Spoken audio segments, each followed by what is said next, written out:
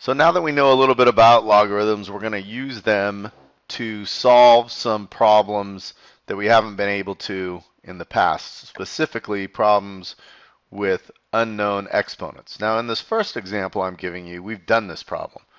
If we have some 5 to the x and we want to find out what power of x is equal to 125, we can basically write 125 as a power of 5 and say that's 5 cubed. So therefore, since I have one base on one side, like base on the other, I can just say x is equal to 3.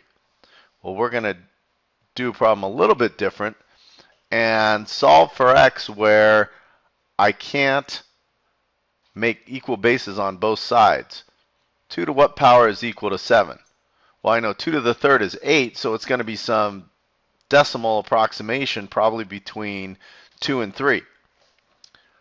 So let's figure out how we're going to do that. Knowing that we have some new properties relative to logarithms and the fact that there's an equal sign in this problem, I can do whatever I want to both sides of my equation.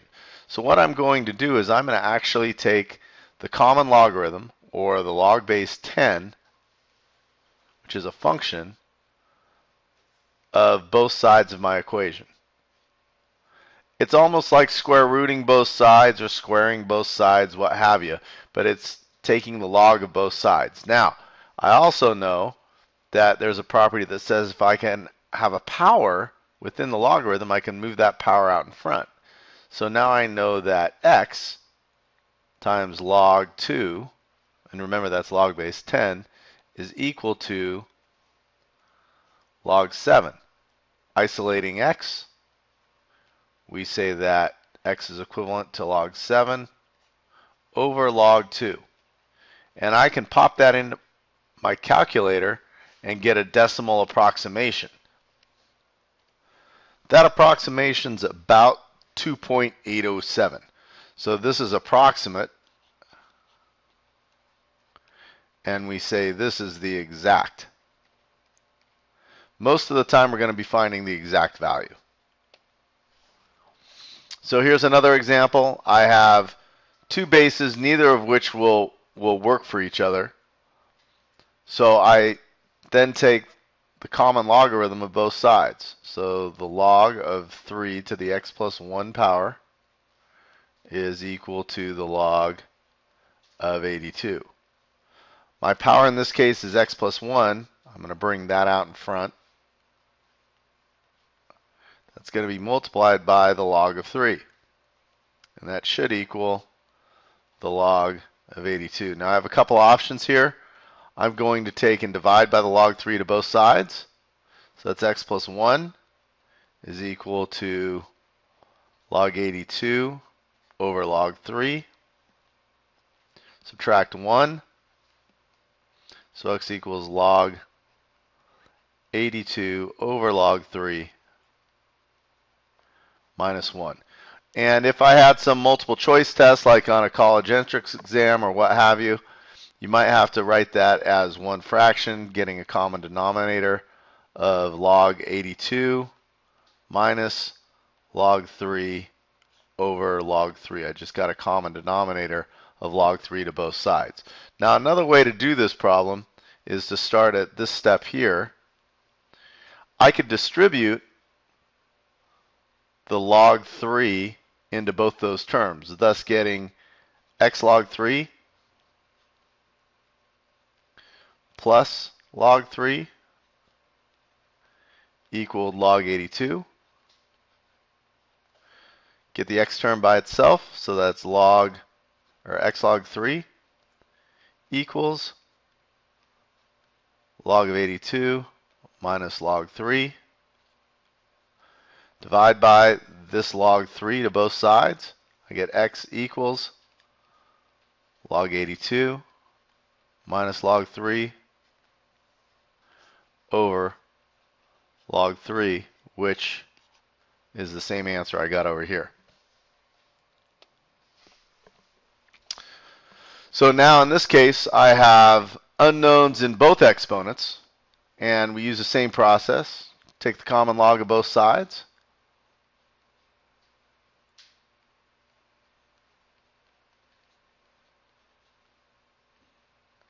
And in this case, both powers can go in front of their respective terms.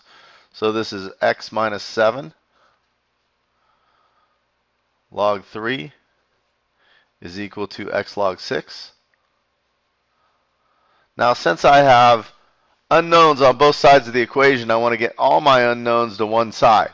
So actually, in this case, I am going to distribute the log 3. Get x log 3 minus 7 log 3 is equal to x log 6.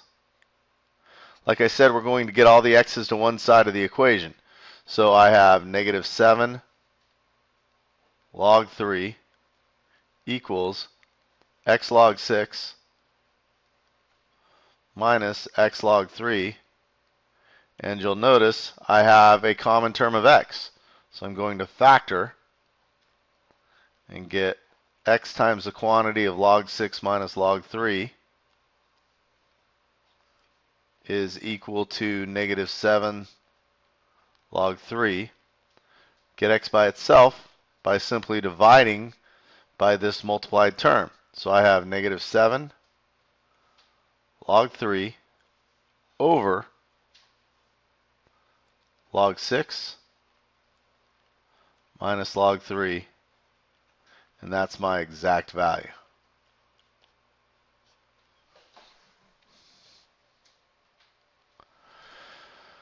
Okay, so now the problem is going to be even a little more difficult because I have binomial terms in both exponents, but the process is the same. Take the log of both sides of the equation, so I have the log of 4 to the x plus 1 equals the log of 20 to the 4x minus 6. Bring the powers out in front as we've done before. X plus 1 times the log of 4 equals 4x minus 6 times the log of 20. Distribute each through.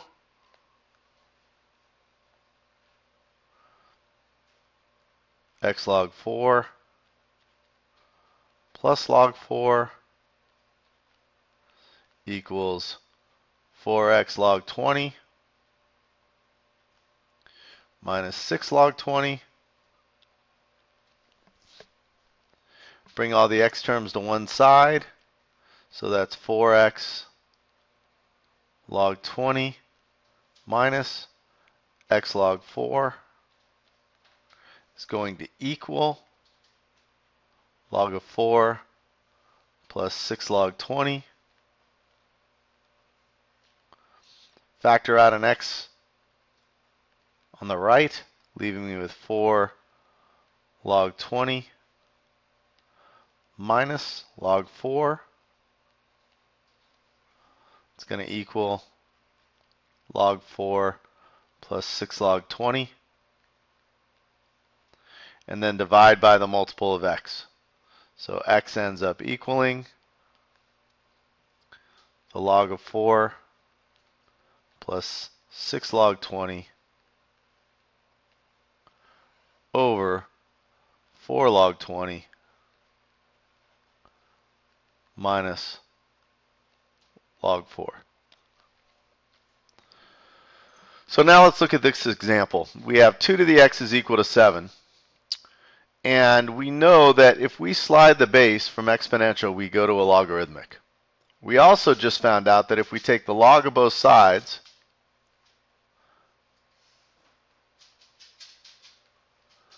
that we end up with x log 2 equals log 7. Therefore, x equals log of 7 over log of 2. Now, here's x, and here's x. These two quantities, log base 2 of 7 and log of 7 over log 2, must be equal. So this leads us into something called the change of base. What the change of base says is this. It says that The log base b of some number can always be rewritten as the log of any base of a over the log of that same any base of b, which allows us now to approximate on our calculator values like log base 2 of 7 without knowing exactly what power of 2 7 is. We can use our calculator to get this approximation. For instance, if I have the log base 5 of 8, that's equal to the log, I'm going to choose base 10, so the log of 8, over the log of 5. I have the same log base on each, and that I can plug into a calculator, thus giving me an approximation. And I get roughly 1.292. So again, we're going to use a calculator to approximate this answer, and I'm going to use log base 10 again. That's the log of 100 over the log of 12. We go ahead, type that into our calculator, and we get 1.853.